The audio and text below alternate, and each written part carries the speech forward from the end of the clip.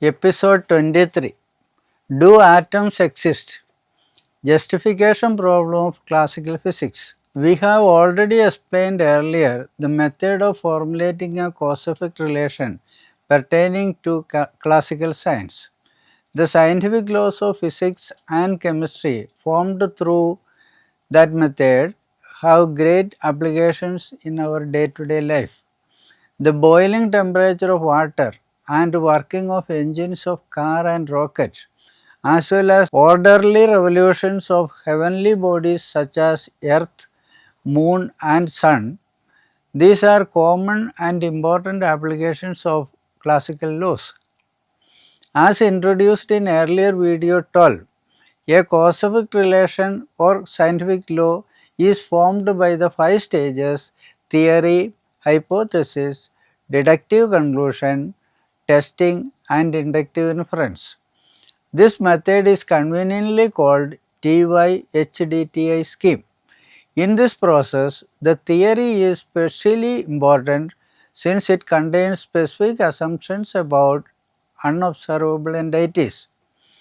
In the context of classical physics, the fundamental theory is known as atomic theory. It holds that the basic building material of a physical thing is atom. In other words, atom is the unit of three-dimensional matter. Scientists have so far discovered more than 110 varieties of atoms which differ in weight and other properties. Additionally, atomic theory says that there exists an entity called energy which is responsible for the movement and activity of material bodies in physical world. There are many forms of energy such as electricity, chemical energy and light. Here it is an important assumption that matter, that is atom, and energy exist separately and independently. Through various combinations of matter and energy, different levels of things are formed in a hierarchical order, including the astronomical bodies like Earth, Moon and Sun.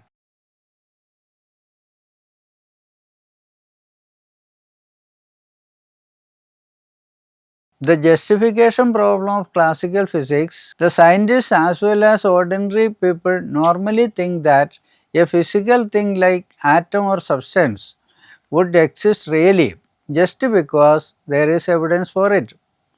But can we believe the evidence in all cases?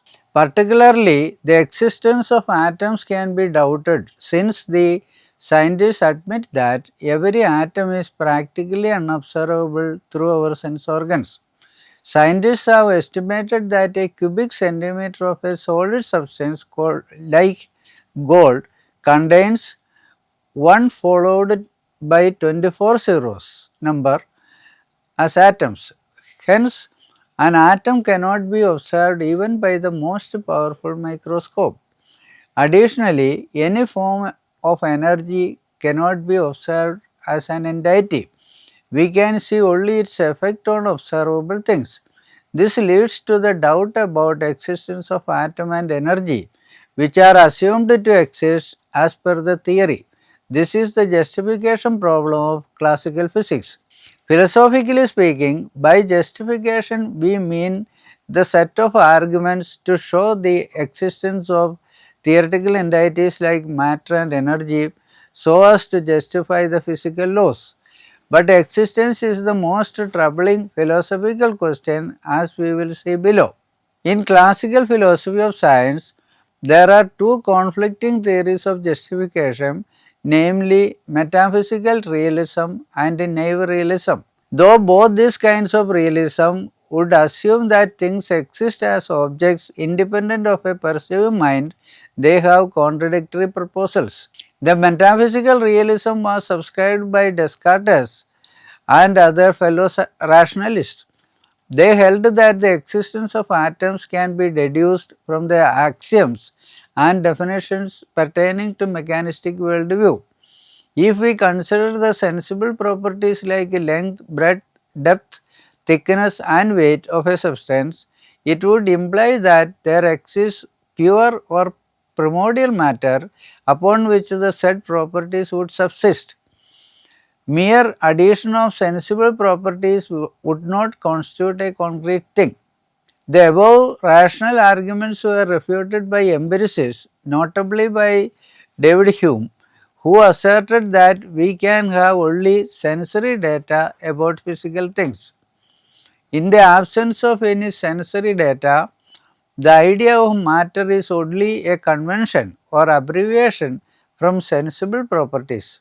In spite of this issue, the classical scientists generally adopted the theory of justification called naive realism. It says that we can adopt the view that a thing has existence if we obtain sensory evidence about it. But the justification problem still remains, as we would see below. Immanuel Kant presented a critical philosophy taking rationalism to the highest level. His masterpiece, Critique of Pure Reason, is the most important book of modern philosophy. Kant firstly criticized the rationalism and metaphysical realism of Descartes, holding that we cannot assert existence merely by logical thinking. For knowing the existence of a thing, we need empirical evidence about its physical properties. The key points of Kant about justification of scientific knowledge in classical context are mentioned now in a simple manner. Following Immanuel Kant, we can explain that the name of a particular atom, say hydrogen, is a predicate, that is the abbreviation of a set of sensible properties like weight and volume. The most famous argument of Kant is that predicate is a phenomenal knowledge and it does not imply existence. In this context, Kant wrote the famous statement, existence is not a real predicate. We do not include existence in the set of properties used for defining the thing. Consider a simple example. The window of my room has a special form of glass through which I am observing a cat standing in the courtyard. But when I go outside the room and watch the animal, I realize that it is a dog actually. Cat does not exist. Here we must recall the distinction between reality and phenomenon. So we can say in ordinary way that dog is a reality while cat is a phenomenon or appearance. Classical physics theoretically assumes that the physical world is constituted by matter and energy. Atoms and things like stone, gold and table are perceived as forms of matter, while entities such as electricity, sound and wind are treated as energy. That is, matter and energy are two different constituents of physical world. Now we come to the most important revelation. We can say on the basis of Kant's principle that matter and energy are two different predicates which are phenomenally treated as separate and independent objects. But matter and energy do not exist as two separate things. There is no philosophical justification to the separate view of matter and energy. Science cannot go beyond phenomenal knowledge to talk anything about reality. As a result, the reality of universe cannot be known through science. In this way, Kant falls into agnosticism, which is similar to skepticism. We can now observe that the problem of justification is not solved in the philosophies of both David Hume and Immanuel Kant.